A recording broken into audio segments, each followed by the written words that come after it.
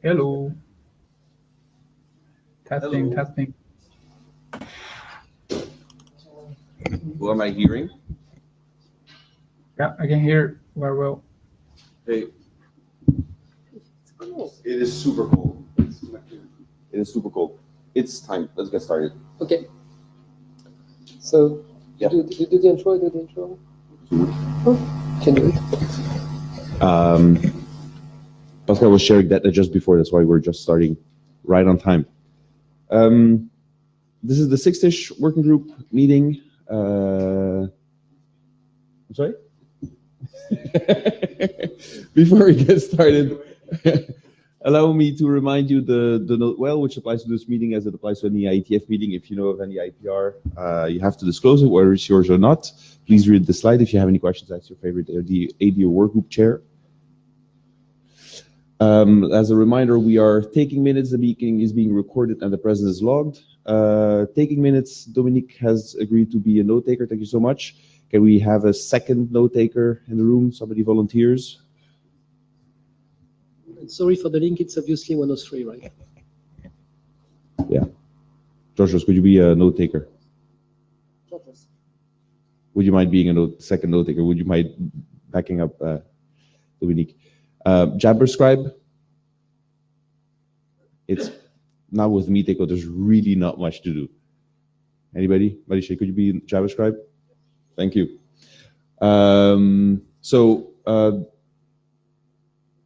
Yeah, administrative. Oh, yeah, I have it right here. So this is the link to the Etherpad. The same link that I sent by email, the same link that you have in the agenda. Remote participation is possible through over MeetEcho. For the JavaScript, I recommend you just connect over MeetEcho. Mailing list meeting materials will be published. All the slides are online. I just updated the security slides that Marisha just sent. Otherwise, all the slides have been up for a number of hours now. This is the agenda that we have prepared. We have 105 out of 120 minutes scheduled, so we have a little bit of buffer time here. Let's try and finish 15 minutes early, if that's possible. So we're into the first element here, intro and status. Blue sheets, can we? Yeah, I think they're there. I will. So we're please put your name, note well, scribes, agenda. I'll go to the agenda bashing right away. We'll start by some introduction. We'll then go into the chartered items. Pascal will give an update about the 6TISCH architecture document. The goal of this presentation is to prepare for workgroup last call. We put the goal here so it's very clear. Xavier Junana will then go through the 6-stop protocol draft, although this has been published a couple of days ago as an RFC. We'll then go through a big section about the MSF, the minimal schedule functions. Simon will introduce the work that we've done on the update. And then we have two presenters that will talk about its performance. So we have Yasuyuki Tanaka, who will talk about a simulation campaign that we're conducting on this MSF, as well as Tenfei will then talk about the experimental campaign that is ongoing. The goal here is to gather data from or input from those different campaigns in order to make the draft better. After that, we'll go on to the minimal security draft that Marisha will be presenting. I understand you pushed an 08 just this morning, and so you'll be presenting 07 and clearly highlighting the 08. Please don't assume everybody has read it. And then time permitting, we'll have a presentation by Simon Duquenois about a new draft on robust scheduling, a proposal to make it more robust against jammer attacks. And I'll then conclude very quickly about talking about the fragmentation design team, and then we have a little bit of time for any other business. Before we get started, is there anybody raising some issues, something you want to see added, removed, changed in this agenda, this slide and that slide? Please raise those issues now. Okay, I hear nothing, so I propose that we get started with our agenda.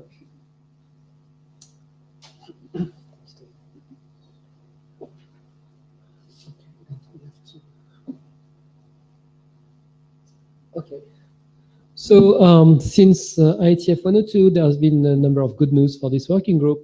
Obviously, the biggest news is that we have RFC 8480, which was published. So many thanks to the author, Chavi, Chin, Thomas, many thanks, and this is actually a great achievement for this working group. Another achievement which is linked to the work in this working group, which we actually kind of pushed to 6-law because that's where the work belonged, but it was identified by the 6TISCH architecture, is RFC 8505-2B because it's still in the Auth 48 queue, waiting for some people in this room to do something about it.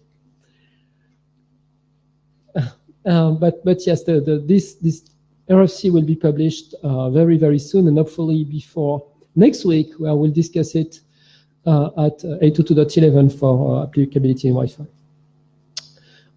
There is also work which has started in an American standardization body, which is called ODVA. ODVA is working on industrial automation. They have this common industrial protocol, CIP, that works over Ethernet and IP.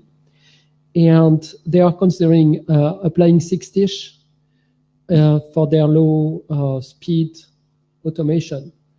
And so transforming CIP as it stands today, which is TCP based and possibly a large payload in the frames, trying to reduce the payload a little bit to make it more 6TISCH friendly, and looking at what it means to have UDP co-op as opposed to TCP underneath.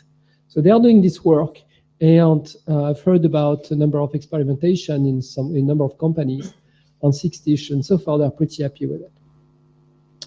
And then, last but not least, we have interesting news from Thread. So Thread is a standard which builds a stack which is kind of similar to 6TISCH. They have 6LoWPAN, they use the 15.4 MAC and 5 underneath, but they are designed for used in-house. It's home automation thing. And now they are looking at whether they could expand their scope into commercial buildings, which requires a whole new set of scalability and routing quality, etc., which they have to prove that the current version of Thread is capable of any of that. I have in mind that if they kind of need something which is a bit more scalable and reliable, they could converge a bit more towards 6TISCH, but we'll see. I mean, I've started this discussion with people at Thread. I'm not intending Thread officially, so but have had that discussion already to start with. So these are basically the news since IETF 102. What you really sense is compared to the first year or two at 6TISCH, we are really nearing the end where actually we deliver something and people start using it and including it, which is great news for this working group. There's also work, as you know, 6TISCH is as much a group that builds an architecture and pushes work elsewhere as it is a place where we do some actual RFCs. So we do actual RFCs, but we push at least as much work outside to complete the architecture. And so a number of our drafts are progressing and progressing well. So we've got a draft Vatain and draft Tuber fragmentation, which are now both draft IETF. So the fragmentation, which is part of our architecture, is now a work group document at 6LoW. Neighbor discovery, it's a bundle of 3 drafts.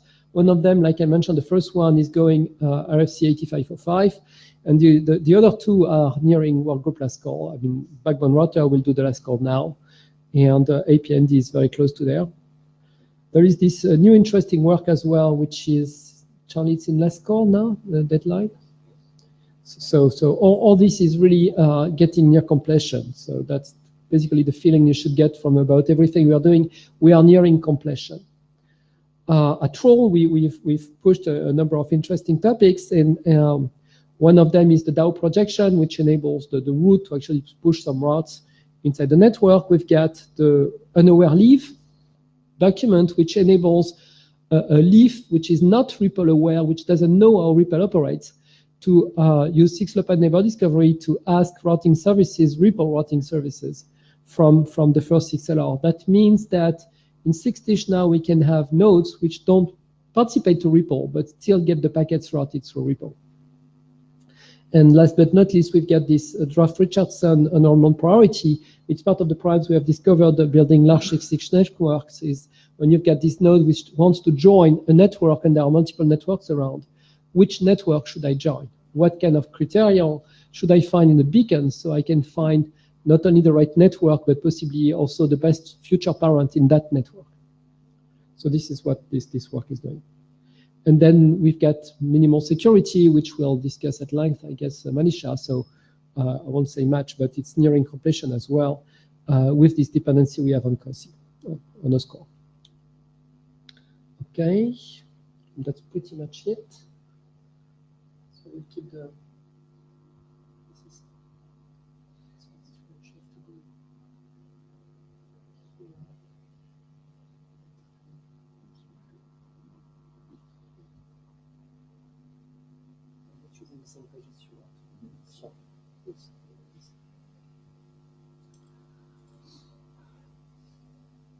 Okay, so news from the architecture. It's a white whale. It's basically the document which sustains and explains the whole work that we are doing. So this document has been kept alive and following what 6TISCH has been doing across all those years.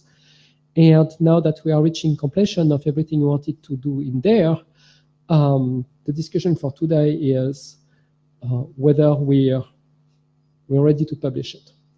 So there are two goals in the architecture document, and like I said, with the underlying idea that it should follow the work of the working group. So it's also an introduction for everybody joining the working group. Where are we going? What do we want to do? The architecture was supposed to help people figure that out with one-stop document. You have two steps. The first step is the high-level architecture that Ralph Tromms asked us to build. At some point, Ralph reviewed this document. We almost made last call and wanted to publish several rounds of it.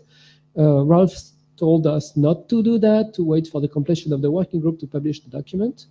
He also told us that he wanted to isolate the high-level architecture from the more refined components and how they work and what they do, which is what we did at the time. So the document is still structured this way.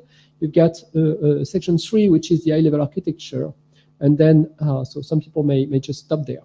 And some other people may want to go deeper into what are the RFCs that we use, how are they positioned with regards to one another, how does the whole system work in finer details. So we have this section 4 that does that as well. So these slides were made for draft 15, which was published last month. But as it goes, Thomas just made me a great review of the document, so I just published 16 before this working group. So Thomas, if you look at the diffs, you will find basically what you found. So we have a 16. I did publish that 16 because since I had in mind to go and do the workgroup last call on the document, I thought let's do it with Thomas' review included, as opposed to find it a second time. So I did 16 as a cleanup version of 16 or 15.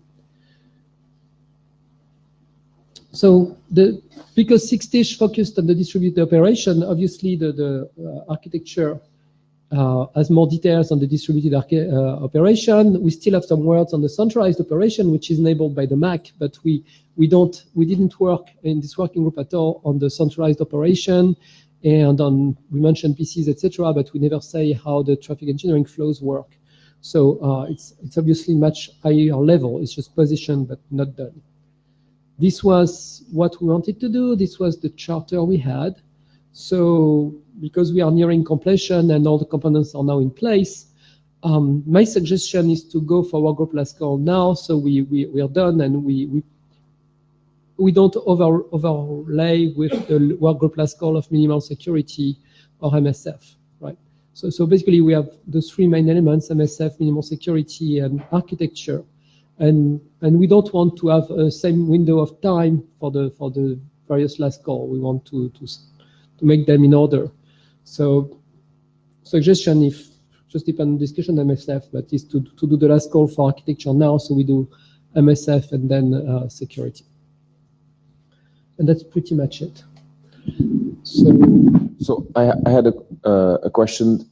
Sorry, I was answering an email. You might have said so. You expect there to be little changes to MSF and minimal security, that we can publish this now, or what do you want to do? Or you want to wait before publishing this? Basically, what I What are you want to asking? do is have different windows of time for all three. Okay. And now it's just a matter of the group to decide an order. Okay. This one is ready. It might not be the one that we want to publish first or workgroup last call first, but if the other ones are not fully ready, why don't we do that and do the workgroup last call for that one, while the authors of the other two are completing and polishing their work. The point is, for the level of details that the architecture needs, we know enough about MSF and the minimal security to describe it at that level in the spec. So I think the spec is okay. Obviously, the authors of the two drafts can check the text and give us feedback as part of the last call. But I don't expect that either minimal or MSF will change so much that whatever we have here after the last call is changed, right? So we can do it in any order. That's how I see it. George. A following up question from George from EMT Atlantic from Thomas. What if new drafts or new ideas will come to this 6TISCH tomorrow? How are we considered to integrate in this architecture, or will it be like separate? I mean, I thought architecture should have like all the components of the 6TISCH working groups. we had a story. We wanted a full story, which was a minimal story, if you like. And we think that our story is complete. Okay. Now we can write a second book, a fully new story. But we had in mind a certain story for which we did a number of charter items. And we have this story complete. So we don't want to reopen that story. Maybe do another story, but not reopen that one. So if somebody wants to work on 6TISCH over foo, maybe it's called 6TISCH, maybe something else, but that's a different story. That's interesting. We want that to happen. It's not the 6TISCH architecture anymore. So what I would recommend, this is Thomas, what I would recommend is that the authors of, in particular, MSF and minimal security, read the draft and provide some feedback, making sure that the text is, describes their solution well, and maybe also the, RFC 8180, just to make sure that it represents what their drafts are. Sure. I mean, everybody during the workgroup last call is supposed to. Yeah. But those But we can must. formally ask those people to do this, and then we'll have 3 reviews coming in, and it will lower the risk of this being out of sync, which I don't think it is. But okay, It's terminology as well. exactly. What do we want to do with terminology? Do we push this at the same time as the architecture draft? Okay, this makes sense. Any comments, objection? Any comments? Yeah. So let's see at the end of the meeting in which order we do things, right? But basically this one and the terminology are ready for workgroup last call.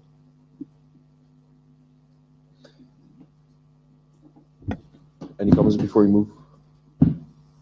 Yeah, Suresh Krishnan. So one of the things is like I was thinking is based on the IESC statement on the support document stuff. Like, do you think you can consolidate some of these documents, like terminology? Can we put it along with something else? For example, the architecture. I don't know, but just think about it if it makes sense or not. I mean, if that helps you, why not? There is no objection at all. Right. So it will help us if we do it just because of the informational reference. So if the terminology is part of the standard track, because architecture, important.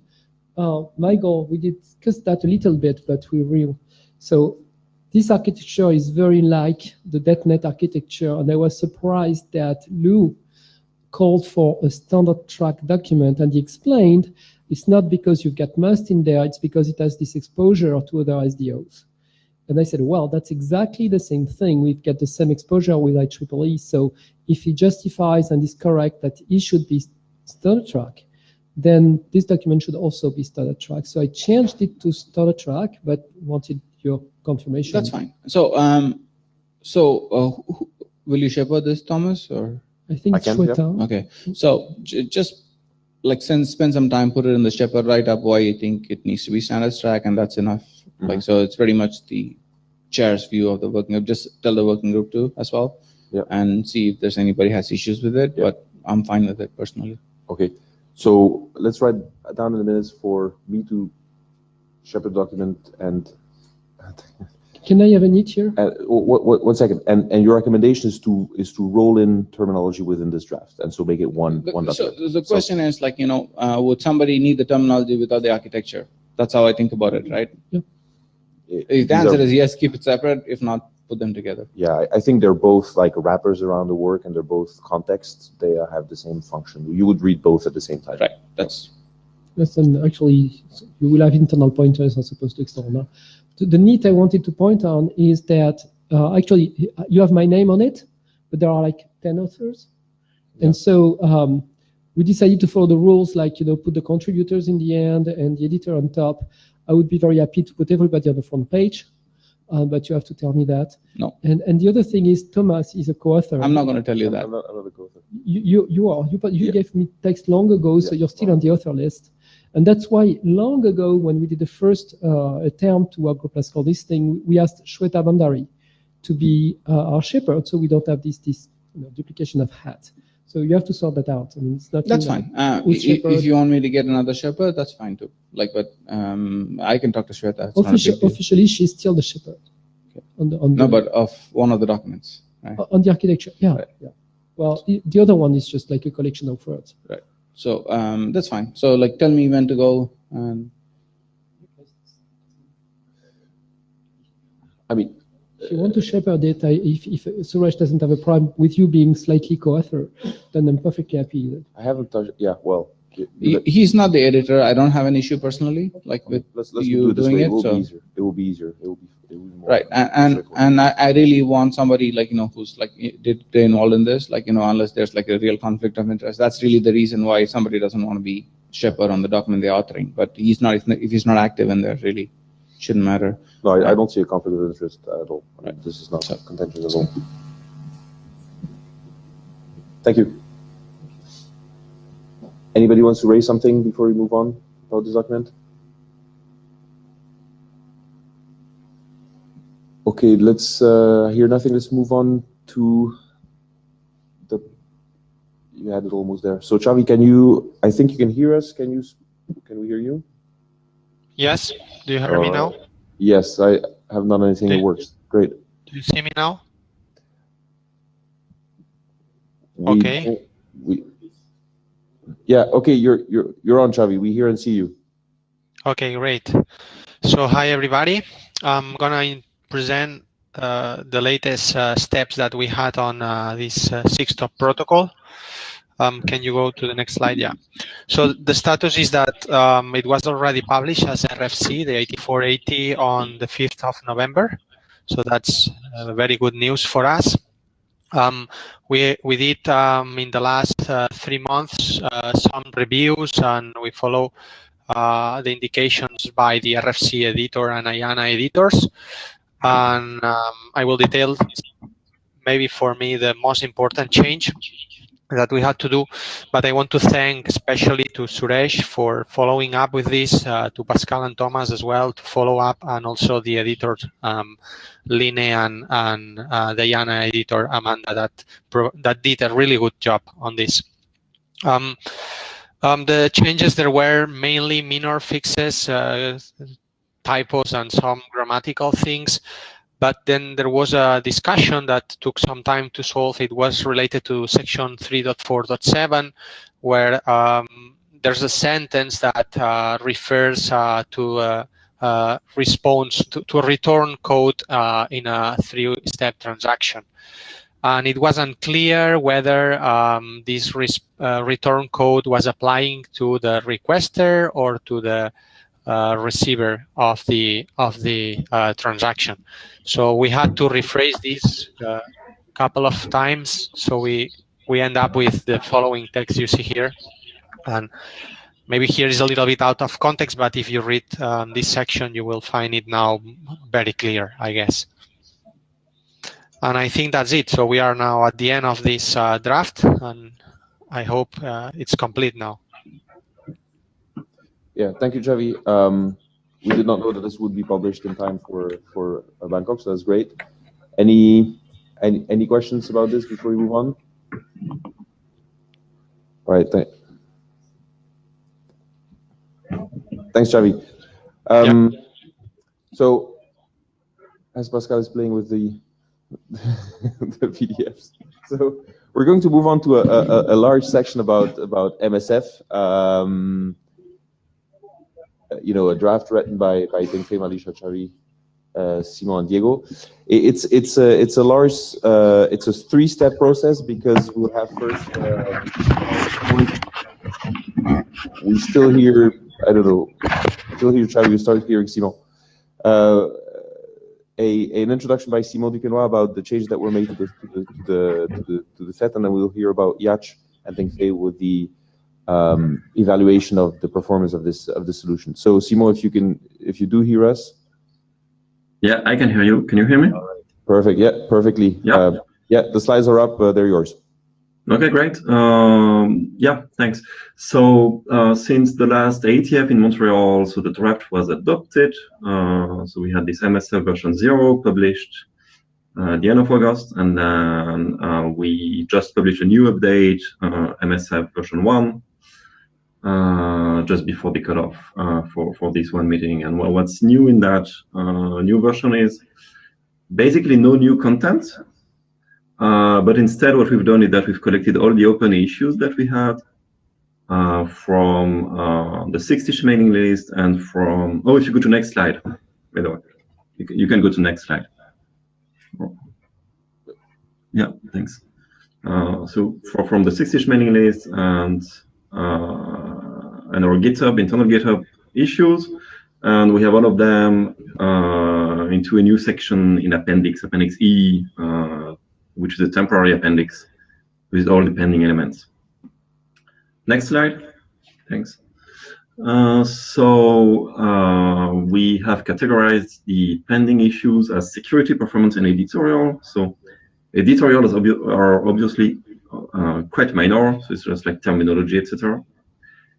Performance, we have a large number of performance open issues, and many of them actually came from what you're going to hear next, from Yach and Tengfei, so the evaluation in simulation experiments. So we are going to work more on them. I'm not going to detail the performance issues here. Then unless there's a request. And then we also have security issues, in particular one, which I'll be talking a little bit about maybe here. I think it's a sensitive issue. So it's at join time, because we have the autonomous cells now.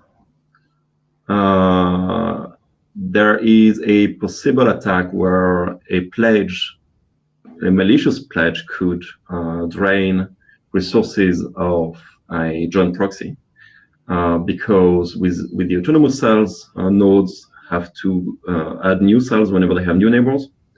And so if you're malicious, you could have lots of malicious pledges, and you put them out there just to drain resources of JPs.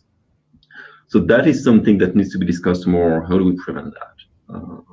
Like one obvious solution could be to have the joint traffic not go in the autonomous cells, but go in the minimal cell instead.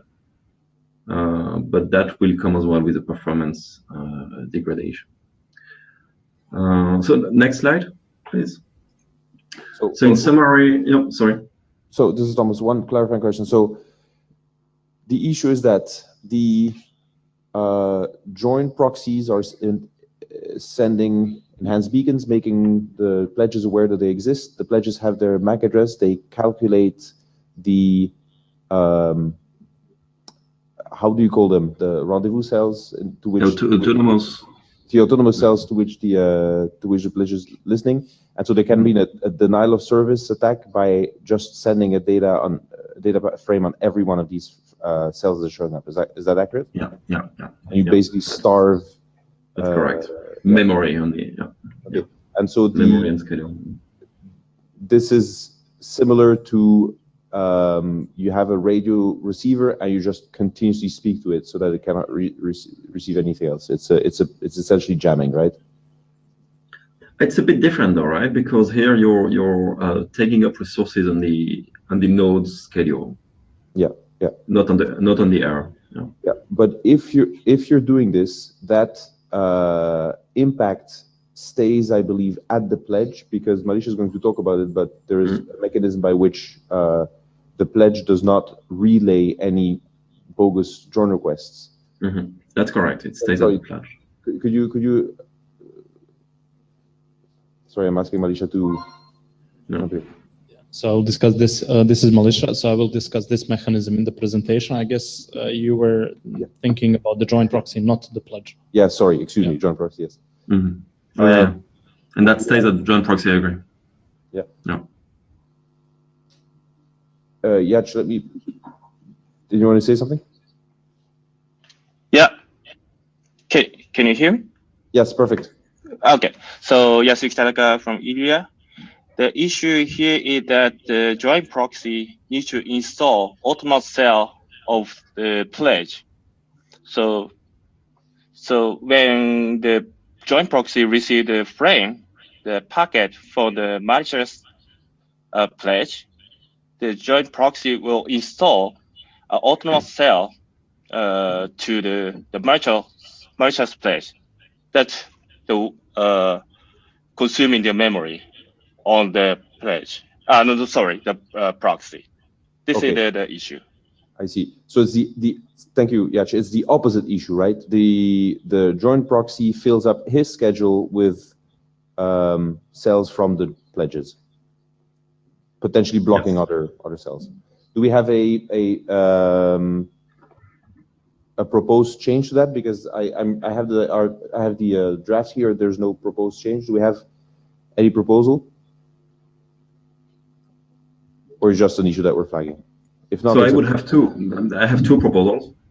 Oh, this is a militia. A no-brainer would be just the downwards traffic. The downwards traffic goes into the minimal cell, and upwards traffic goes into the autonomous cell, RX cell for the joint proxy. This would be a no-brainer, but we can discuss this further. Okay. That's the most obvious solution. Just two little comments is usually you limit the number of buffers that can be used for a certain purpose, so you don't starve for the rest of the traffic. But then the attack is if the attacker uses all those buffers, then a normal join cannot happen, right? So you leave the traffic the way it is by limiting the number of buffers, but you starve the newcomers. This is militia again. So, I mean, this depends on how joint proxy is implemented. So, I mean, right now we have two options after the working group last call. We have a stateful and a stateless option. In a stateful option, the joint proxy will typically keep a couple of entries for the pledges, say 3 entries for the pledge to join through it. And with the stateless option, there is no such a thing. It just forwards with all the state that it needs to keep into the onwards to the JRC. Okay.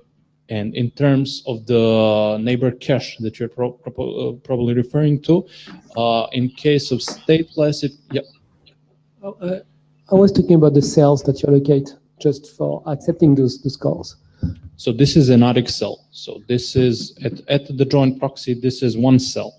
So it's not. But if a malicious guy starts using it's a TX. It will starve the guys who want to join because he will jam like a physical jam just those particular cells. It's just don't spend too much on it. It's just it's a TX cell, right? Not an RX cell. Malisha says yes. I propose that we continue the discussion on the mailing list, but yeah, I can actually see in the draft that there's a proposal a bit lower, but let's continue the discussion on the mailing list.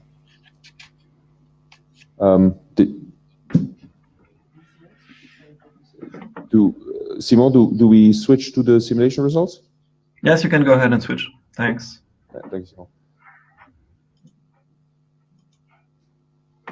So yeah, back to you. Hello, I'm Yasuki Tanaka. I'm going to talk about the result, the lessons I learned from the simulator implementation. Maybe that's so. Now to the next slide, please. Next slide, please. Okay. So to begin with, I'd like to introduce the 6TISCH simulator itself. So we've released a new version yesterday, the version 1.1.6, and it implements almost all protocols which you need to simulate 6TISCH network behaviors. It includes the ripple, trickle algorithm, 6-loop fragment, and fragment forwarding. And also it supports RFC 8480, this the 6-hop protocol. So the simulator supports the 6P fully, so you can use the 3-step transactions as well as the 2-step transactions. And you can simulate a secure join, and the simulator tries to follow the minimum configuration RFC 8180 as much as possible. Of course, it supports the TSCH, and the simulator, the MSF, is now up to date to the latest version of the draft. The next step, please. So here the typical use case of the simulator. When you come up with the idea, then evaluate the idea with the simulator, because iteration with the simulator is much faster and easier than with the real hardware. So when you get the result, you can share them with others, or if you see the idea is good enough to implement, so you can test it with the real physical hard devices. So you can run the simulator on a computer cluster system. So in fact, I'm usually use our institution's the cluster system to run the simulator. So you can use hundreds of the CPU cores to run the simulator in parallel. And also the 6TISCH simulator implements a radio propagation model called the pistol hack, but also it supports use the connectivity trace, which you obtain from the real deployment or testbed.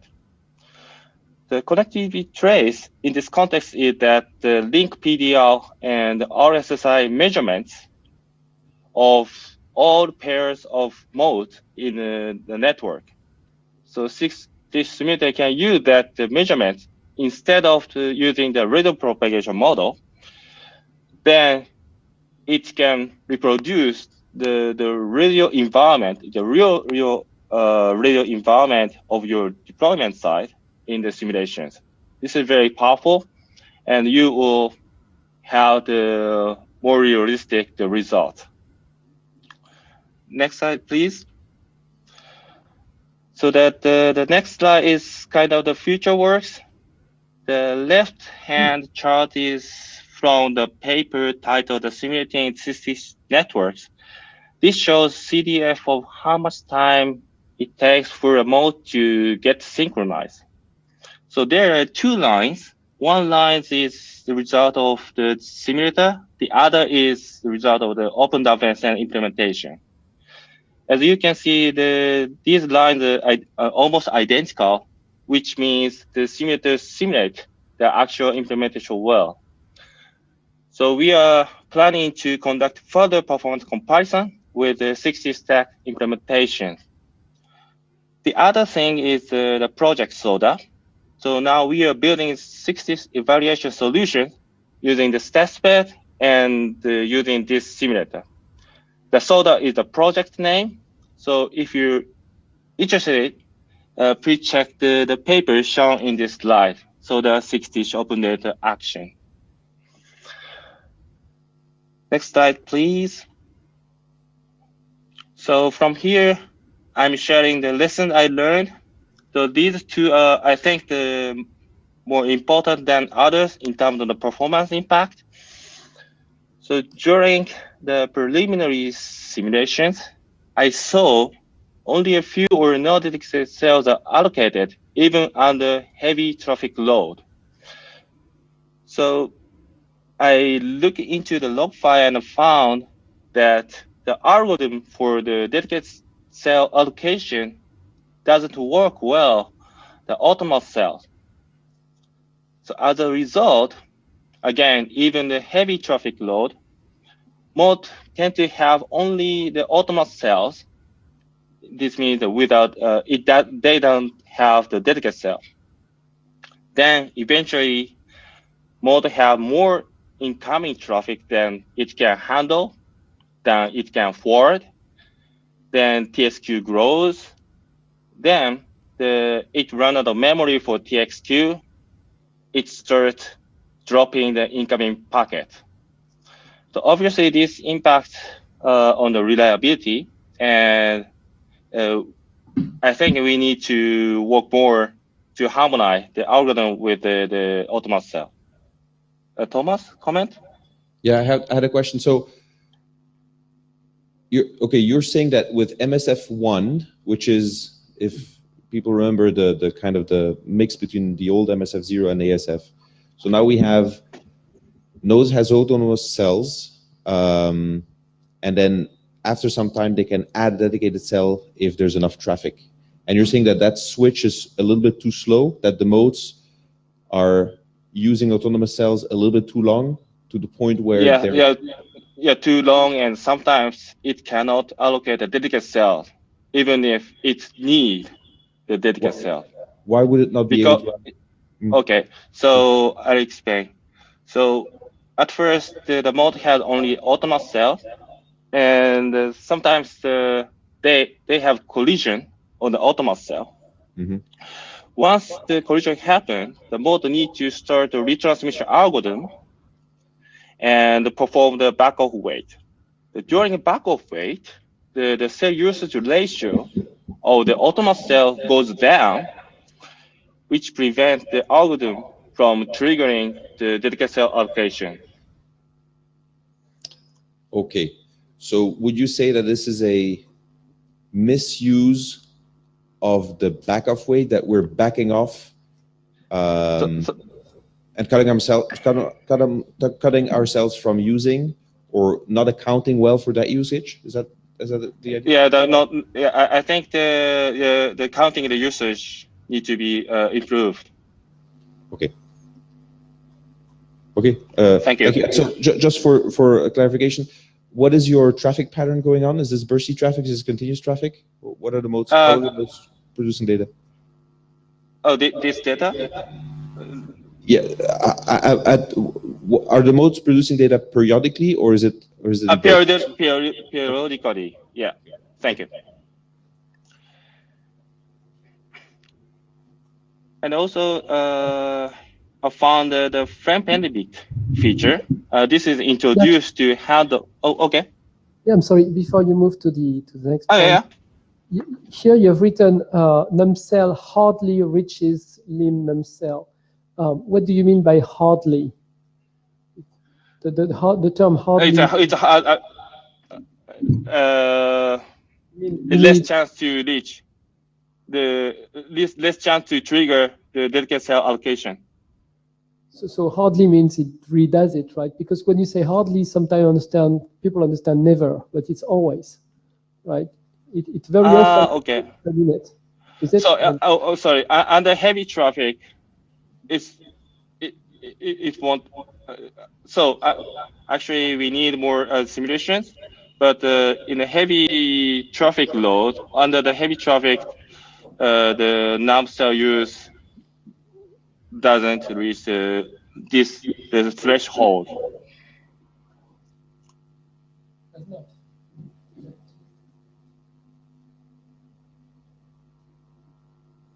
Okay. So let's discuss further on the melodies. And the other thing is the minor thing, but the frame pending bit feature is introduced to handle the transient, the bursty traffic. But actually, this feature could cause the bursty traffic and make the situation worse. So that the situation means the collision, the chance of the collision. So yeah, again, I think the scheduling algorithm itself may need to improvement. So next slide, please.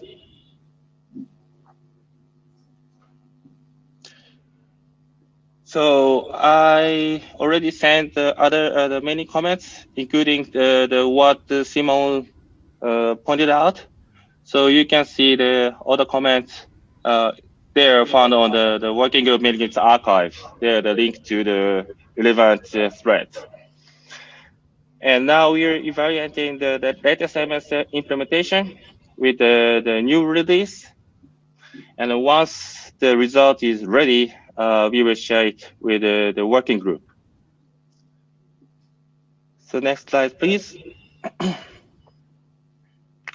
So I think the conclusion of the presentation. So again, to me, introducing the autonomous cell to the original MSF may not be easy as we expected. So need more the work.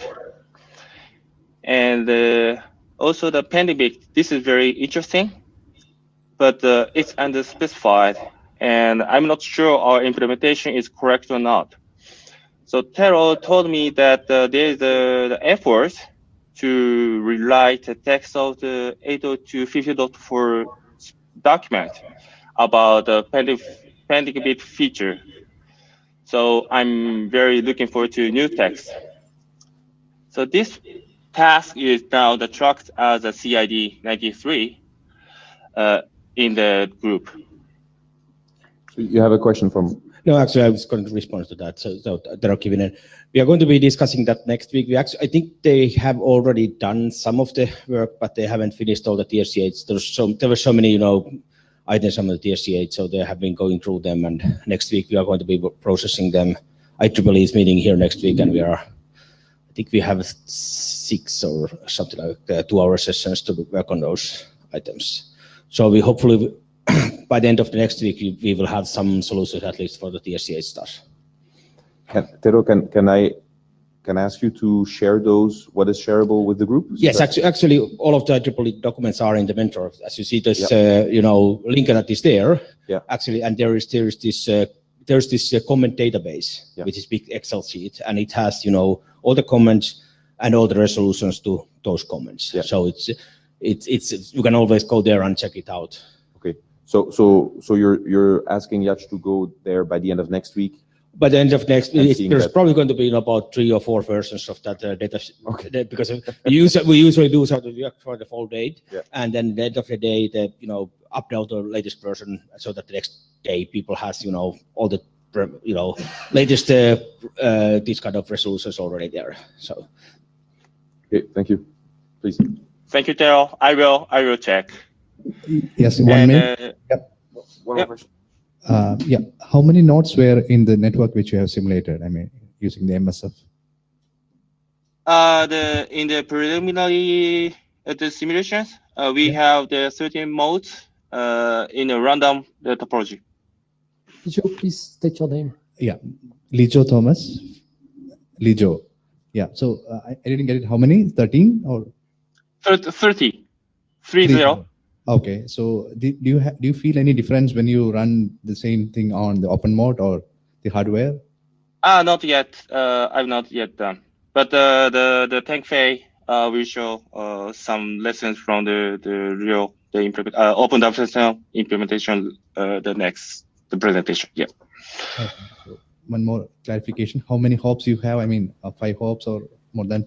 So that's so now we are conducting the actual evaluation right now. So when it's ready, so we can share the detail with you. Okay. Maybe I can show something in my experiment result. I think those I could answer. Yeah. Thanks. Okay. There's one more. Hello, Yachi. So this is Hello, Yachi. This is Yichao from Toshiba. Yeah, so I have actually another question regarding with the simulator. So when we're using the 6TISCH simulator, can we generating our own topology, or we have to use? Sure. You can. Yeah. So we can you generate. can implement your own topology. Yes. Okay, and you mentioned this connectivity trace based on the real deployment testbed you have. I think this is a very useful feature. But say if you generate your own topology with say nodes with the transmitters and the receivers may have different distances in between compared with your data get from testbed. Would that the connectivity trace still work? Sorry. So I dropped something. Yeah. So you have this connectivity trace model, which is I think you built based on the real testbed you have, right? Yeah. But that testbed should have like a fixed topology, with a certain distance between the devices. But if we generate our own random topology with different distances, would that connectivity trace model still work well? Okay, so connectivity, so that it's not a model. You use that the measurement value instead of the calculated, let's say the RSSI or PDI value by the radio propagation model. So maybe again, I can try. I see Yach, you're struggling to hear. So I know the simulator that he's talking about. So it's either a model where you position virtually different modes and it will tell you the quality of the links. That's one option. The second option is you scrap this completely and you replace it by replaying connectivity traces that have been recorded before on deployments and test beds. Okay, but they are fixed topologies. And it's a fixed topology. And so I don't know how many there are, but there's a database of traces coming from all the IoT lab deployments, some of the deployments in different countries. And so it's kind of a database of scenarios you can play with. Okay, cool. But it replaces entirely the models. Yeah. Thank you. So the last one is just for your information. I've just I updated the flowchart that I showed in the last IETF meeting. So just for information. So thank you. That's all my presentation. Thank you so much, Yach. Any further questions for Yach? If not, then let's move on to Deng Fei's presentation about experimental evaluation. Yeah. Oh yeah, sorry. I forgot to ask the important question. So, Yach, I don't know if you're still online, but would you say in Appendix E of the MSF draft, there's a list of lessons learned basically from your exercise and what Deng Fei has done, what other people have done. Is everything you noted in there? Meaning, if we resolve that, the Appendix C, will you be happy, or do you have more things you want to, suggest changed in the draft? I think I will be happy. Okay. I may find something in the new evaluation, but I think that I already gave all I have right now. Okay. Thank you. Perfect. Thank you. Deng Fei, the floor is yours, if you can hear us. Okay, great. Yeah, Can you hear me well? Yep, we hear you perfectly. Yeah. Yeah. I will present on the first slide.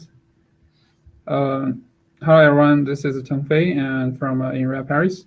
I'm going to present the experimental results. So since the first time we have the MSF, we did this implementation in a testbed in the IoT site, but since the testbed is deployed in the underground parking place, that is not the realistic cases when we do real deployment. So to test the MSF performance in the real scenario, so we built our new testbed called Open Testbed, as shown in the picture. So Open Testbed contains 20 OT box. The OT box is showing on the first picture on the left, and we have 20 of those OT boxes deployed in the INRIA Paris office building. So for each OT box, it contains one Raspberry Pi, and with 4 open mode B connected through the USB port.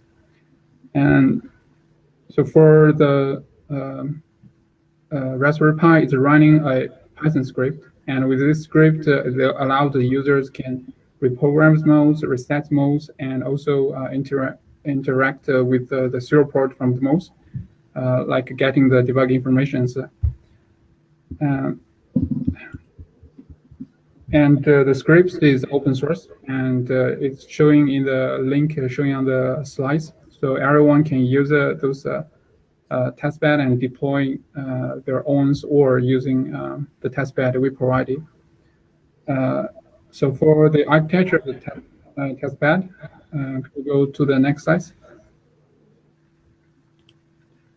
So for the architecture of the testbed, it's based on the MQTT the communication. So for each OT box, it will running this Python script to connect to the MQTT broker. And on one side, we have the Node-RED console on sitting on the IBM cloud. It will provide a GUI interface, so user can trying to do the reprogram modes, reset those actions through the interface. And in another hand, the user can use the API provided by the Open Testbed to interact with the Open Testbed, doing the same thing. And for the architecture, the whole testbed is running on a separate network from INRIA site, so everyone can connect to this internet. And also, this internet is running on 5 GHz. So this would be avoid the interference from the testbed itself to the network. Next slide, please. So for the picture showing these slides is like what where we deployed our OT box. So each point in the figures is a OT box, and the point with the labeled with the green items is where the office of INRIA is a room for the office, and the blue one is for the meeting, and the red one is for public area. So the OT box is deployed in the office building. So for me, I was sitting in the NA102, where Jonathan is. It's also there. So this testbed is really deployed in the real scenario for a office building scenario.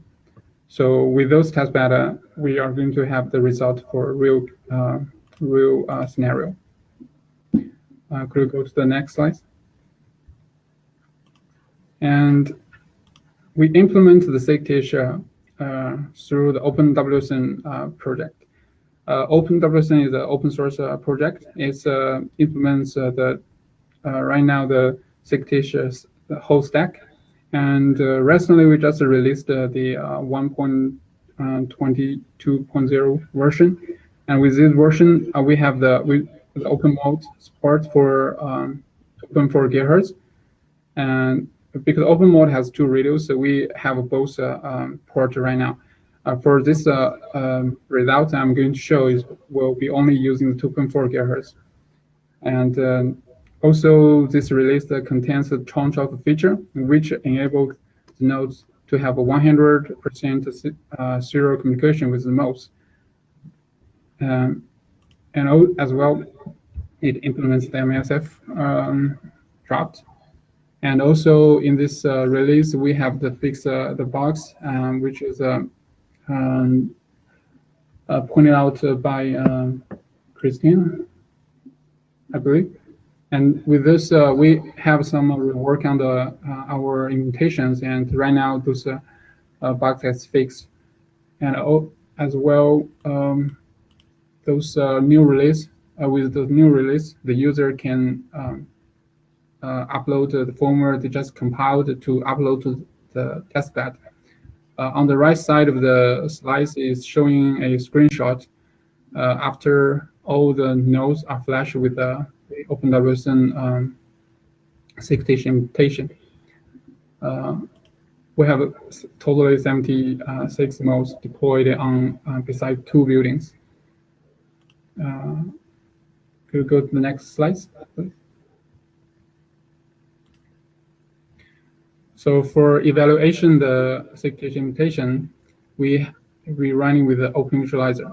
So with the Open Visualizer, it can connect to all the mode through the testbed and getting the information from the mode, who is going to send a debug information through the serial port. And as well as I can send command to the mode. For example, like set one mode as a degroot node. And also, because the Open Visualizer is trying to receiving the debug information from all the 76 modes at the same time. So we optimize the Open Visualizer, trying to get all the information updated in time. So now it supports the 76 modes, sending one packet every 100 milliseconds. So with those features, we can start to evaluate what's the performance of the 6TISCH. And also, as well, the implementation of 6TISCH and Open Visualizer both are open source. You can get all the code from the link showing on the slides. Next slide, please. Okay, so now I got the experiment results as shown in this slide. As you can see, this is the routing topology after running the 6TISCH stack. It's totally 38 nodes. Why is 38? Because we deployed this mode in 2 buildings. Almost half of them are out of the range of the 1 building. So it's basically form a network through all the modes in 1 building. And for this topology, we can see the maximum hop is 4, and most of them are stay in first or second hops. And in the next slides, I'm going to show the end-to-end reliability of each node. You can, yeah, thanks. And for the result, first we configured the implementation to using 3 retries. So which means that if I transmit 3 times and it's still not able to transmit out, then I will drop the packets. And the result showing on the right side. So you can see almost all the nodes has a 100% end-to-end reliability, except the mode B618. So after I checking the source data from all the packet received, I see there's one period in the middle. It's missed several packets. I believe this is because during the splitters forming its routing, it's choosing a bad neighbor with a lower rank, and it tries several times and it failed, and then it will change back to a new parents, and then those packets in between will lost and makes this a non 100% reliability. I think this is an implementation issue. We can trying to maintain, still keep those packets in queue, and once it changes the parents, it can change the destination and trying to resend to the new parents to save those packets. So I think this is the reason why one node is not 100%. Okay, you go to the next slide. Yeah. So through the implementations of the MSF, here's the lessons I learned from it. First, I think I got the similar result with the Yacht for the currently MSF01, and here's some comments I have. Some of them may be the same with what Yacht is presented before. First is we have in the MSF01, we have the probability broadcasting on EB and DIOs, and this makes the synchronization of the modes take longer, depending on topology. I think this is reasonable because Yeah, you have a I'm question. sorry? Okay, please. Okay, it's George here.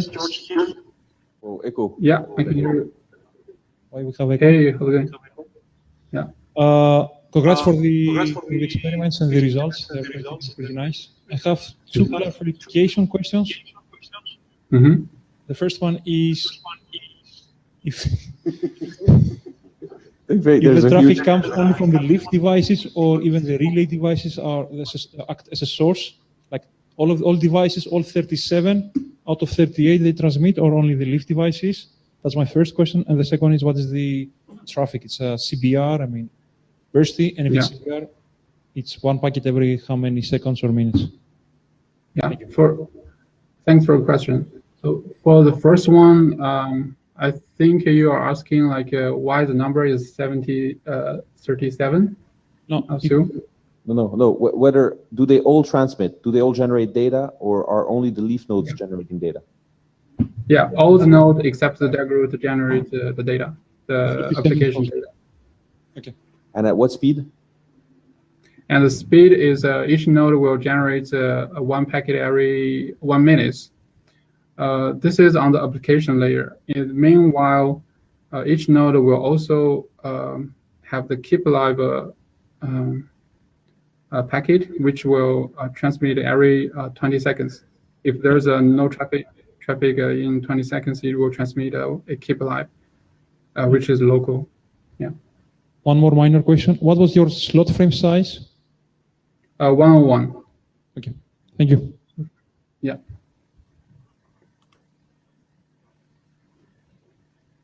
Okay. Yep. So I resume on the last slides.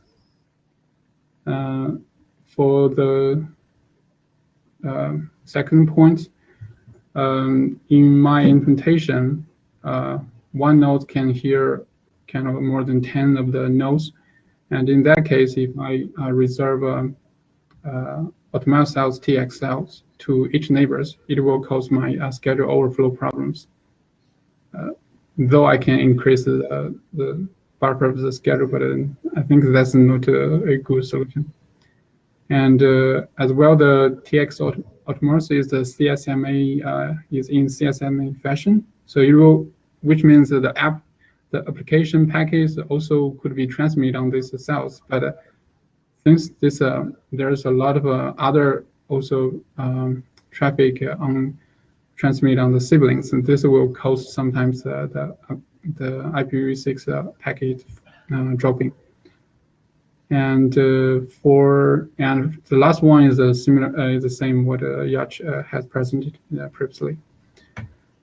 And according to those comments, so I have some proposals for the next version of the MSF.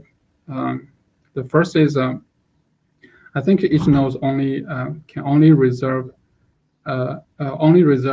automatic cells to their parents, only one. And so basically for each node, it will has 2 automatic cells. And one is reserved as a TX RX shared automatic cells, but only to the parents. It's a unicast cell. Another one is reserved TX RX non-shared automatic cell, but it's an anycast one.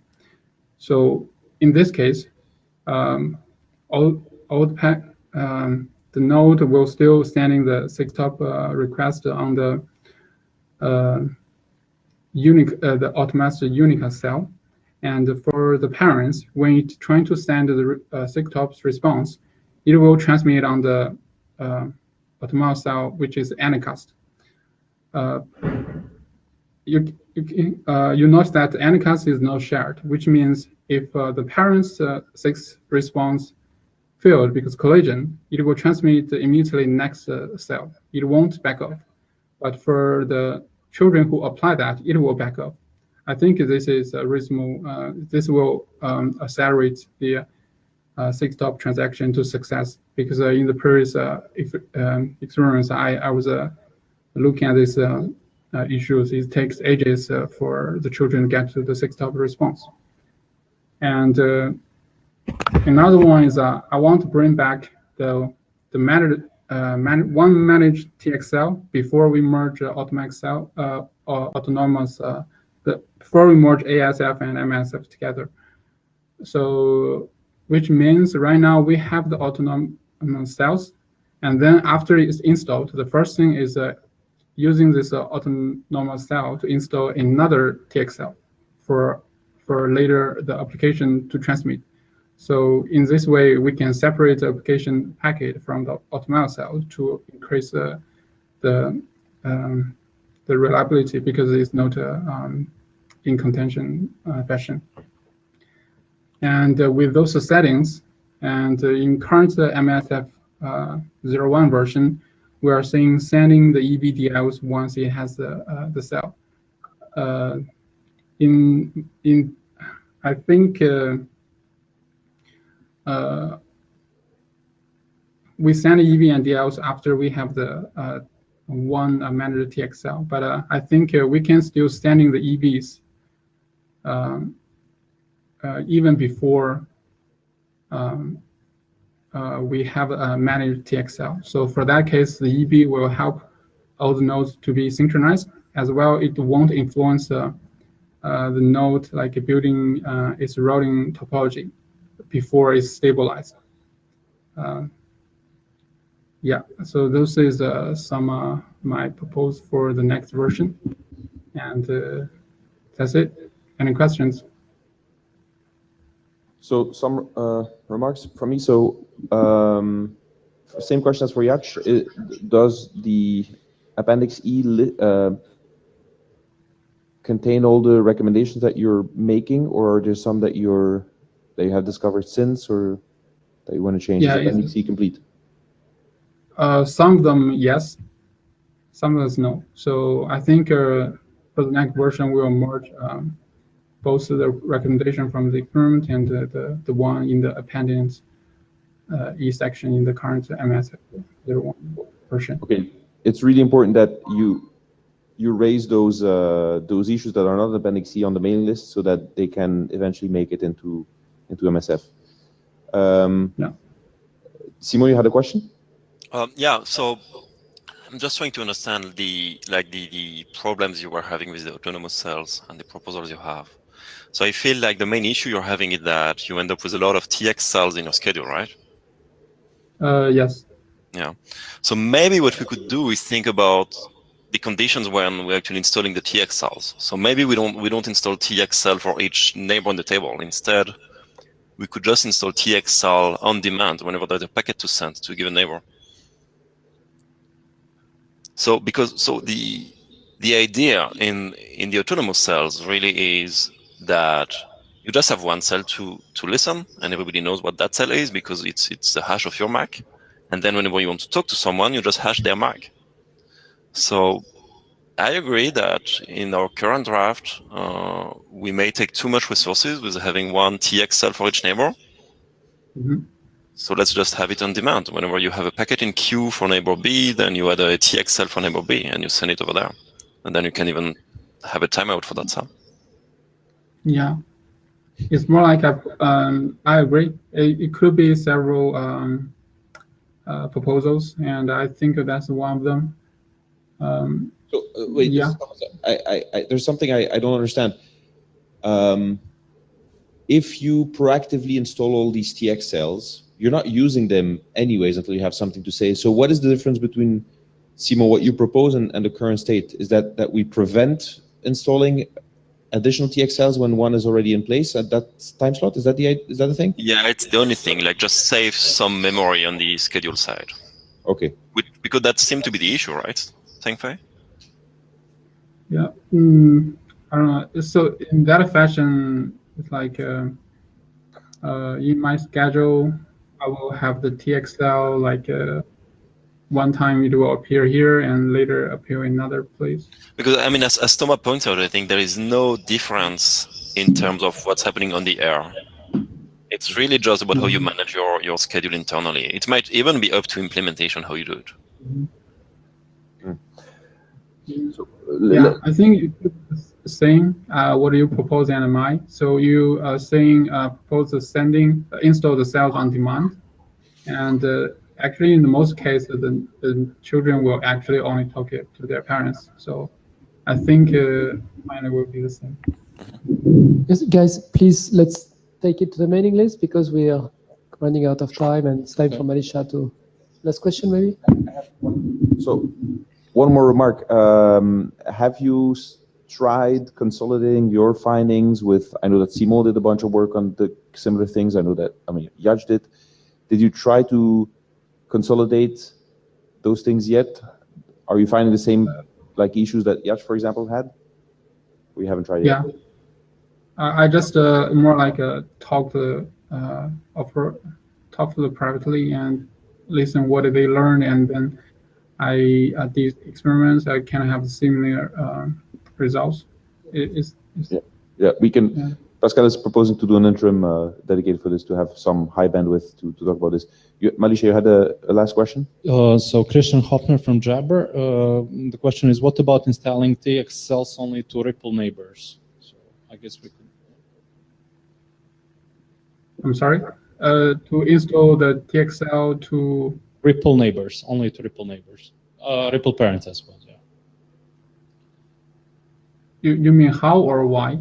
Because what I propose... He's proposing another alternative is to install an autonomous cell only to a node's ripple. He says neighbors. Do you mean parents and children? Yeah. Okay, so let's have an interim to discuss on MSF specifically, to have some high bandwidth,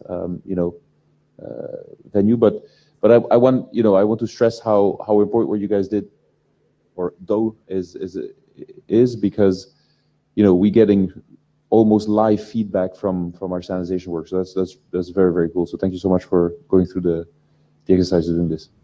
Yeah. Thank you. With this, I'd like to move on with our agenda. Malisha presenting the minimal security draft. Yeah, go for it. Yeah. Okay. Thanks. Yes. So we we had a working group last call.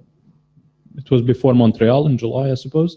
And ever since we published 2 versions of the draft, basically resolving all of the issues that were raised during the working group last call. And during the working group last call, we had a lot of reviews. We had 7 reviews from Yoran Tero, Xavi, Klaus, Jim Schad, Teng Fei, and William. And then Thomas did a review yesterday also, which is incorporated into the 08 version.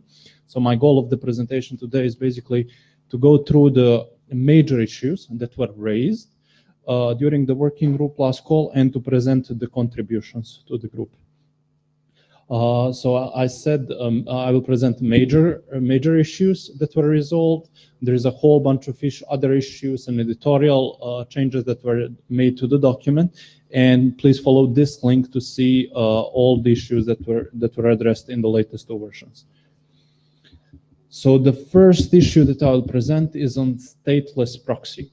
And we had a lot of discussion. This was with Tero and also with Klaus from Core, and also Yoran Salander from brought up this issue. So essentially, so this work has now been outsourced to Core. Klaus published a draft which has just been adopted in Core, which defines, which basically extends the base co-op header with an extended token in order to support our use case for having a stateless proxy. And you can see the format of this new co-op header on the right. Do I have the laser? Yeah. On the right, and basically just some reserved bits from the base co-op header are now used to encode a longer token. And what we did in minimal security is that we completely removed the definition of stateless proxy option that had the same purpose, basically carrying a longer token that would carry the state of the proxy. And now we have a section in the configuration part of in the application layer configuration, basically recommending the use, recommending the JP to operate in a stateless manner. And to operate in a stateless manner, what JP needs to do is basically just wrap the state that it needs to keep per pledge into a co-op token. For this, it can use the co-op token as defined in RFC 7252, or if this doesn't fit, it can use Klaus's draft that will go for Working Group Last Call quite soon. And basically, with this, we now have only an informative reference to the core draft. Then also, after long discussions with Tero, this is now the recommended behavior. We also have a disclaimer there on the implementation stacks where it may be difficult to implement the statelessness at the joint proxy. And I mean statelessness throughout the whole stack. And there we note that in these cases, the proxy can operate in a stateful manner, but this comes normally at the price of an additional DOS vector. So the second issue is on the use of confirmable co-op message for join requests. This is something that was brought up during a core interim meeting sometime this summer in August when discussing the operation, also in coordination with Klaus.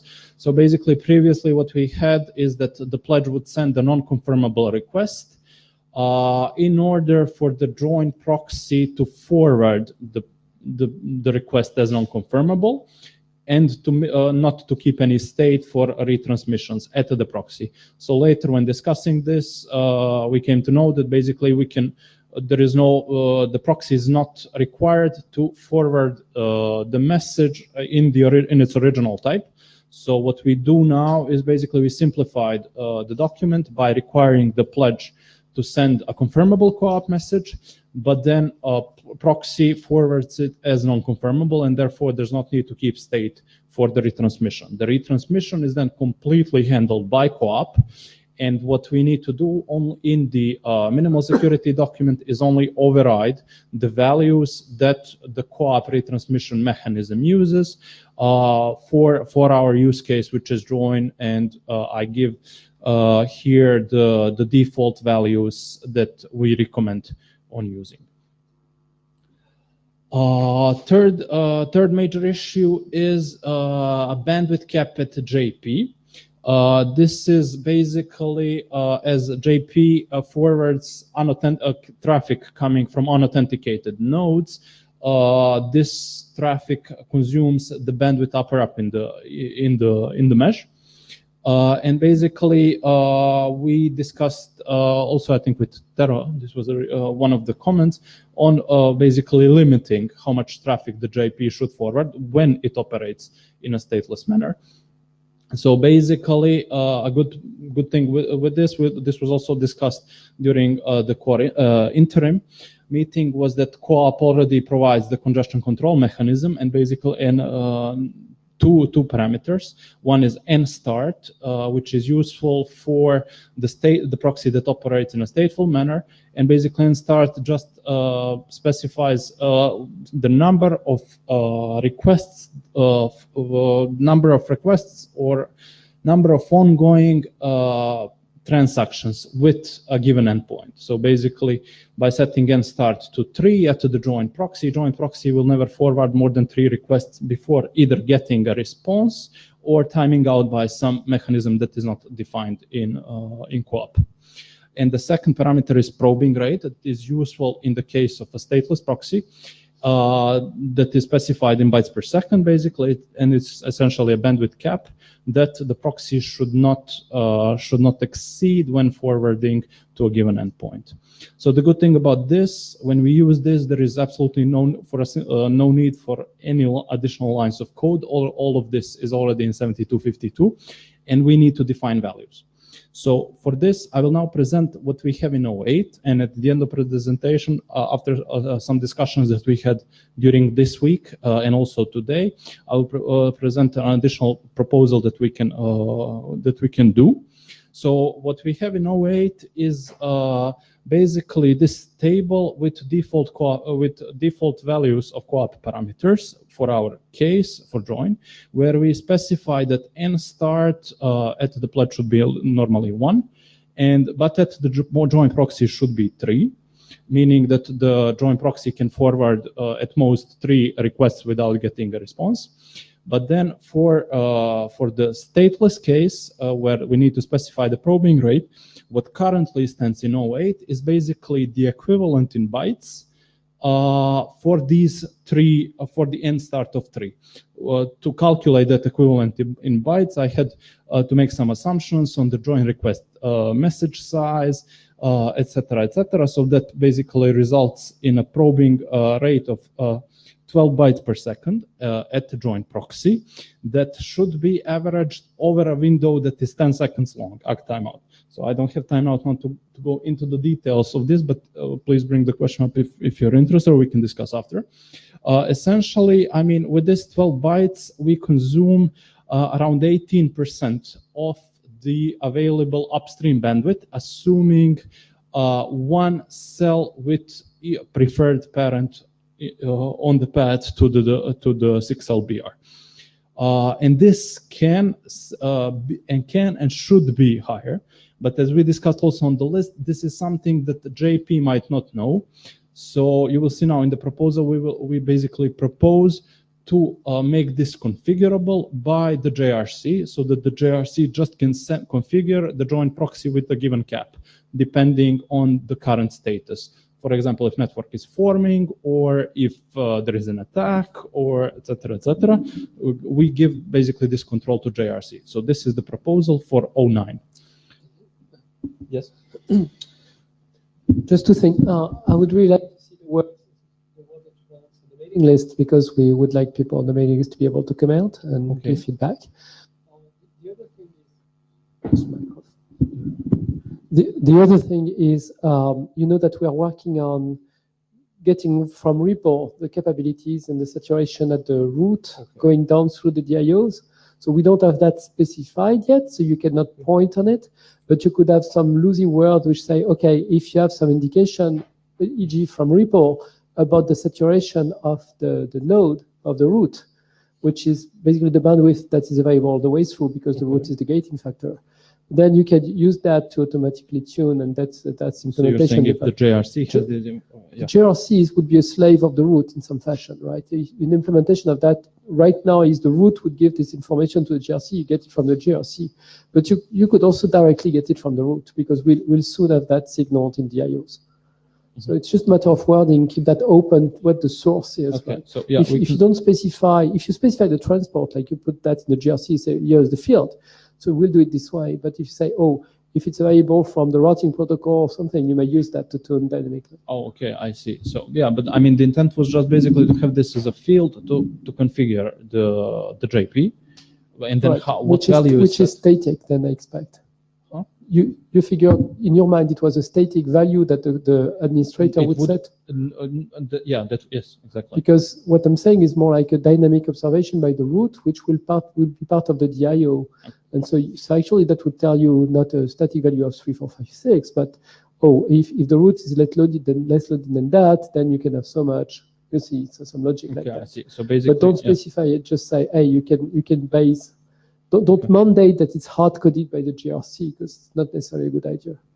Well, no, I mean, I wasn't going to hard code the value, of course, but I mean, just have a means for JRC to communicate it. That which is good, and then you can say it can also come from repo. Yeah.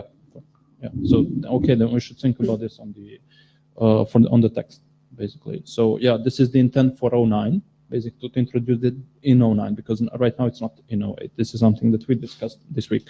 Then a fourth major issue basically was raised by Chavi. We're missing an error handling section on the QGIP protocol. Basically, what happens when an error is encountered at the CBOR level, at the payload, at the level of the payload of this configuration protocol. And QGIP, when processing, CBOR objects are processed both as part of co-op requests and responses. For requests, it's quite easy. I mean, we just need to transport, we return 400 bad request response. But for responses, it's more tricky, as, for example, you get, so the pledge gets a response, a configuration object, and it cannot process it. So this was a co-op response now. So what does it do now? So what we mandate now is what we recommend basically is that in the next request that the pledge will make to join to the same JRC, additional parameter that should be included in this join request object is basically the error code from the previous attempt to join. And basically through this, I mean, we give some hint to JRC on what went wrong with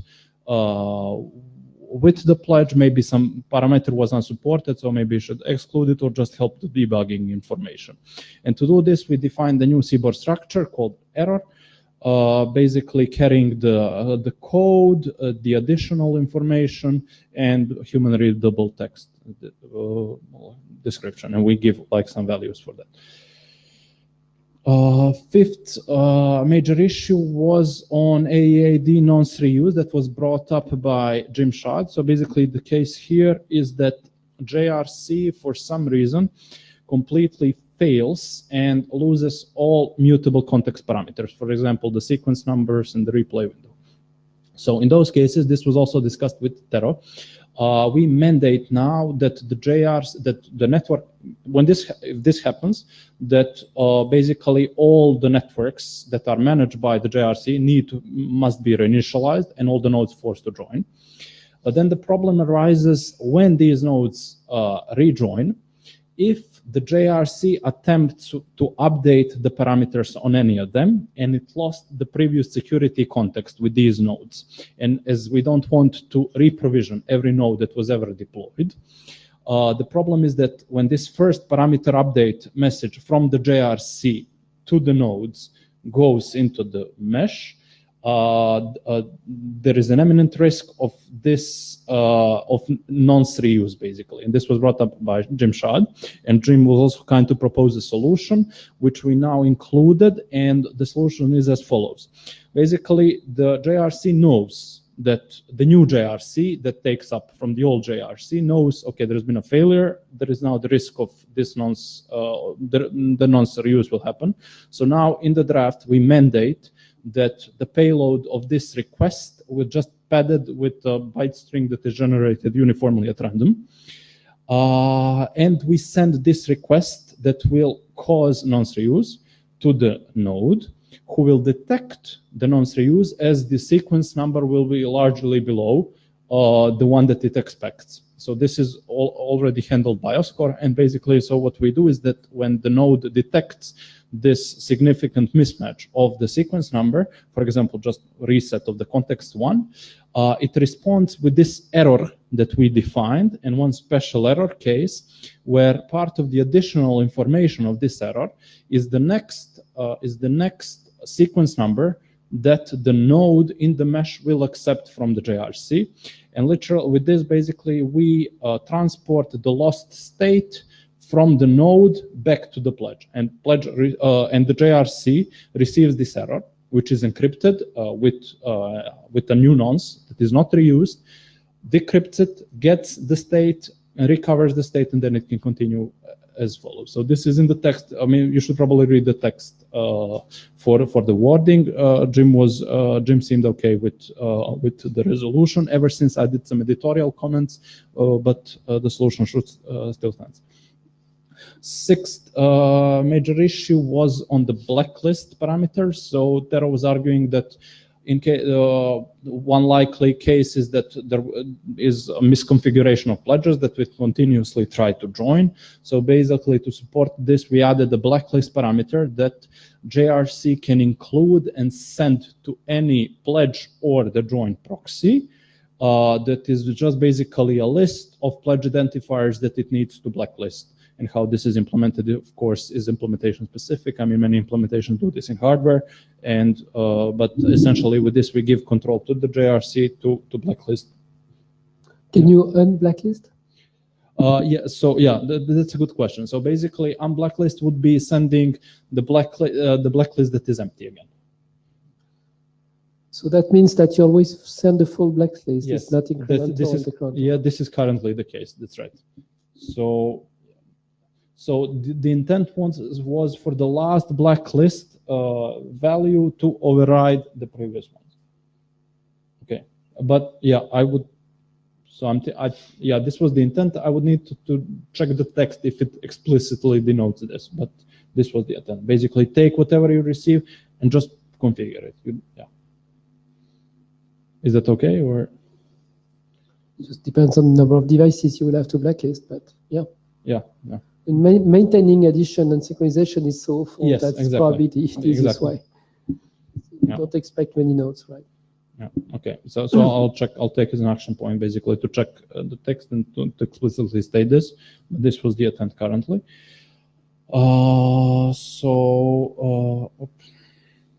Yes. Then the seventh resolution was I think this was Teros review. Yes. After the last IETF, basically we extended the link layer key structure, and now we support all modes of 15.4. We add an additional parameter, which is key additional info. It is a byte string, it's optional.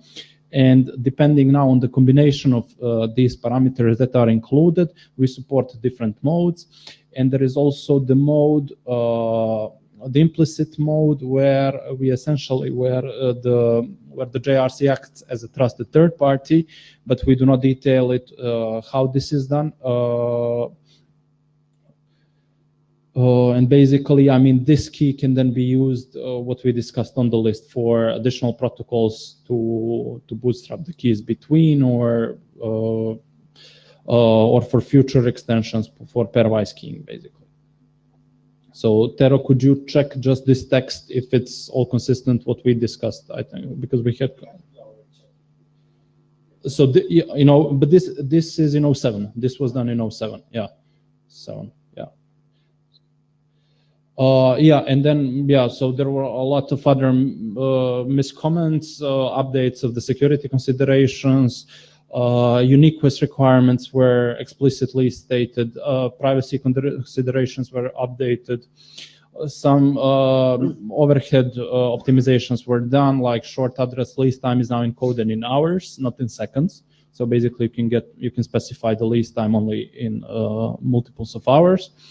PAN ID clarifications that it's not stable. We mandate, so we went back and forth with this, but so finally we mandated unique pre-shared keys, but we added a lightweight implementation option appendix that basically details an implementation options where the implementation of HKDF and SHA is not necessary in firmware.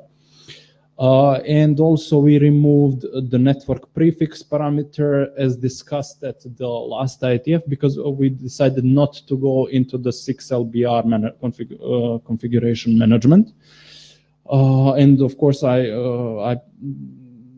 would be great if people could just see a list of issues or just go through the document for consistency, not for consistency, but if everyone is happy with the resolutions. So regarding the next steps, as we had a lot of discussions also this week and today. The two pending proposals is basically to add this bandwidth cap parameter that the JRC can use to configure JP. And basically, this would just extend that configuration object that goes into the join response or in the parameter update message. And then the second one was basically we just noted that there was a remnant on this 6LBR management. Basically, we still have a network identifier that can be returned as part of the join response. And this only made sense in case of 6LBR joining. And to bootstrap 6LBR completely, I mean, it needs much more parameters, so we decided not to go that way. And so the proposal here is to remove the network identifier from the join response, and it requires the 6LBR to be provisioned with the network identifier before it starts advertising. So these are two, I mean, short modifications. I mean, I can probably do this tomorrow. And after that, we can discuss on the list. So this would be 09, and I'm just request here input from the chairs on the next steps for the document. Well, for just the proposal, like I said, you need to go to a mailing list, just summarize that just like you did, and so people will react like I did, like the Roach could also give you hints. Now for the other points below, we have Suresh in the room, so I hope chance to make. Because basically, once you're done with this, you're ready for last call, right? But So- then you've got this dependency. So do we need another last call, or how it goes normally? Because we had the last call in, when was it? In July. Yeah. So the history about this is we had a last call. You had lots of reviews, lots of change that you just in fixing that you realize there's two little things that you still want to change. Yes. Because you're going to change that, you have to do the proper way. So that means discussing it on the mailing list, getting some feedback, some ideas, implementing it into the draft, and then we do a short last call at the end. Okay. Because we certainly don't want to ship something where at the last moment something slips in and there's no That's proper review of that. Yeah. But I for having read the draft just very recently, these things are tiny little changes. I think we absolutely want to do the last call, but we'll keep it at a short last call. The question then is, this thing is ready. The question, of course, is the OSCOR kind of blocking the. Yes, so regarding OSCOR, yeah, and there's probably Suraj that can, but I mean, right now OSCOR still hasn't discussed, to our knowledge, and the result ad hoc also hasn't progressed since Prague. Sorry, but ad hoc is not in this. It's not this draft, yeah. but it's important for zero touch. Let's talk about OSCOR. Okay. Yeah, Suresh, question. So a couple of things. First, for the last call, like Thomas said most of what I wanted to say, but one additional thing, in case you want to do a short last call, you can limit it to like the changes that are there. So not opening up the whole document for comments again, if you want, okay? If you want to keep things simpler, but that's fine, either if you want to do it. OSCOR, like I had a chat with Alexei, so he thinks it's progressing, like he had a chat with Eker about this as well. I was going to talk to Alexei, but we kind of kept missing each other because he had to present now at Acme, so I couldn't really get to talk to him. But this is something I want to talk about tomorrow. Like we have an IESG wrap up, and I will talk about this tomorrow to him. And but don't block this document because of OSCOR. Okay, so that's like my responsibility. I'll take care of it when the thing needs to go. So like when the working group is ready to push it. And if OSCOR changes significantly before it gets approved and you're worried about it, we can bring back the document to the working group and do stuff. But I want to just go through the process like when you're ready to go. So I don't want to hold the document here. Perfect. Okay. Perfect. Yes, this is great. Thank you. Thank you so much. Yep. And then just the last point is basically on the future extensions. I mean, Michael, I think he's in ACE. Yeah, he's in ACE. Yeah, he texted us. Yeah, because we had a collision. So basically, this is on zero touch. This is regarding ad hoc. So yeah. So we're going to go to ACE after talk to the ACE chairs about ad hoc. No input yet. We'll have to discuss. Okay. Yeah. So that's all from me. Thank you, Mish. Great. Thank you so much, Marisha.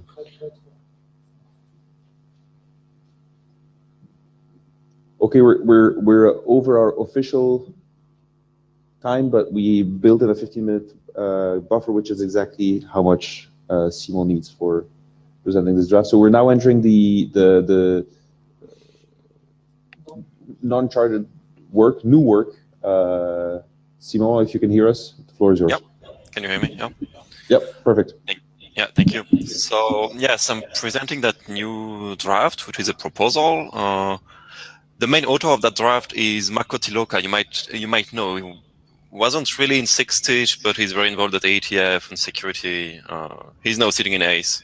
That's why he's not presenting, but he's actually in Bangkok. So if you want to have a chat with him, you should manage to meet him. He's been also involved in core, etc. And so what that draft is about, so it's a security draft. And it's about a selective jamming attack and a mitigation against it. So the motivation is that in TISCH, the cell utilization pattern is predictable because you have slot frames with a given schedule in them and they repeat periodically. And so an adversary can easily derive communication pattern by listening over a long enough period, which actually consists of several slot frames. And after that, it can extract the full schedule of a given victim node and then do selective jamming against it. And why it would do selective jamming is for two reasons. One is to be unnoticed. That's for the selective part, and also to save power. So if your attacker needs to be on battery. So that is the motivation for that work. So what makes the attack easy? There are a number of properties that you have on a 6TISCH schedule. It's periodic, and here by periodic we mean a period of slot frame length times channel hopping sequence length. So at that period, cells repeat on the same actual frequency, not just channel offset. There is the usage property that tells us that as long as your slot frame length is co-prime with your channel hopping sequence length, then all the cells are going to be used during one of the periods above. They're going to be used uniformly. Then you have the offset property that states that all of these cells basically repeat with a given fixed offset over the slot frames, and the predictability property where you can predict a sequence of channels once you have figured out a time slot. So below are a number of equations that I'm not going to detail now, but what that really tells you is that once you've figured out the physical frequency of a given at a given time and channel offset for a given cell, you can then infer for other cells which frequency they're going to run on at given ASN. I'm going to exemplify that a little bit more in the next 2 slides. So the attack outline is the following. So you start at a given slot frame. It does not need to be slot frame 0, but you will count it as 0 in your internally, and then you pick a frequency. So let's say you pick frequency 1, and then you start listening, and you listen for 1 period. And period here again is slot frame length times channel hopping sequence length. And then from that, with the equation of the previous slide, you can derive the full schedule, basically. So you know exactly when and on which frequency the node that you are targeting is going to transmit. So you have that full schedule, and you can selectively jam it. And if you go to the next slide, you'll have a visual explanation of that. So thanks. So here is a schedule. You have a slot frame length of 3 and a channel hopping sequence of 4.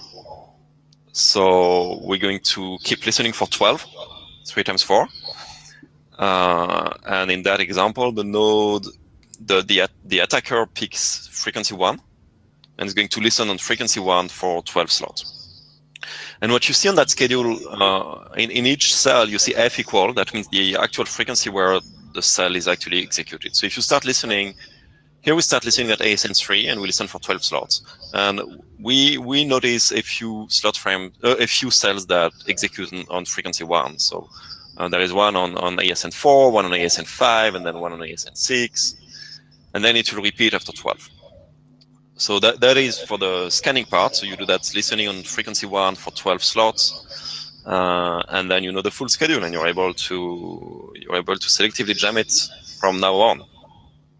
So that is what the attack looks like. So if you go to the next slide, I give you the overview of the solution we're proposing.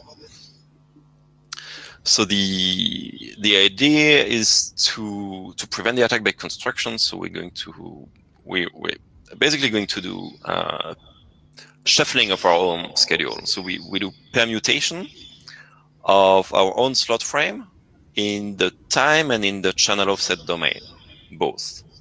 Well, in the time domain, it is optional, and in channel offset domain, it's not. And that is done locally using a secret.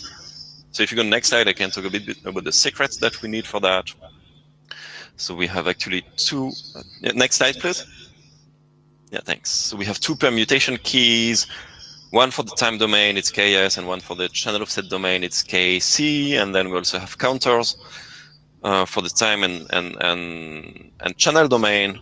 But the counters is just internal accounting. It's just a variable internally, so it does not matter as much. But the permutation keys are secret that we're going to obtain at the join, at the secure join using CodeJP. So if you go to the next slide, it's a bit more detail how this solution works. Simon, you have a question? Hello, Simon. Oh yeah, sorry. Yeah, it's fine. This is Ichao Jin from Toshiba. So basically, I think it's a very interesting idea to reverse engineer the TSCH pattern.